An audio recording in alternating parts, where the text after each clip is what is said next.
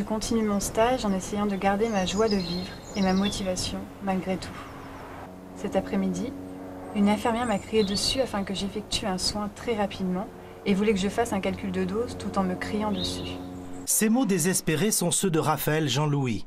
Cette étudiante infirmière a vécu son stage à l'hôpital comme un chemin de croix. Des insultes, des cris, des violences. Raphaël rentre le soir chez elle fatiguée et surtout écœurée.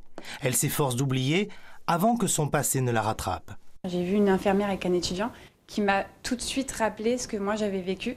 Et je me suis dit, mais c'est là au quotidien en fait. Et les conditions de travail qui se détériorent au quotidien également sont encore là. Et je me suis dit, c'est grave, c'est un constat, en fait, c'est un gros problème dans la santé, quoi. Et donc j'ai repris mes écrits et là ça m'a bouleversée, complètement bouleversée, parce que je me suis dit, je ne suis pas guérie du tout de cette histoire. Raphaël décide de partager cette mauvaise expérience dans un livre. Elle trouve un éditeur, le succès est immédiat. La parole des infirmières se libère et motive la jeune femme à aller encore plus loin pour dénoncer le harcèlement à l'hôpital. Passionnée de cinéma, elle écrit cette fois un scénario pour valoriser cette profession. Son éditeur est séduit, il décide de l'accompagner, le film devient un objectif. Sous une forme que je ne connais pas encore très bien, mais il y a déjà des contacts sérieux qui ont été pris.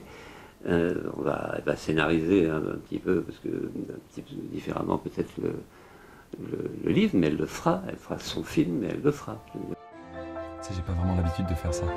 La jeune infirmière ne débute pas au cinéma. Elle a déjà réalisé des courts-métrages, l'un d'entre eux a même été sélectionné au Festival de Cannes. J'avais déjà ce projet de long métrage sur nous les soignants quand je débutais mes études d'aide-soignant, d'infirmière.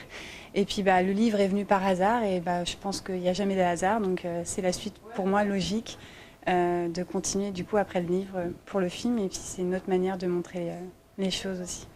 600 000 infirmières exercent en France, une profession mal rémunérée, peu considérée et toujours sous pression.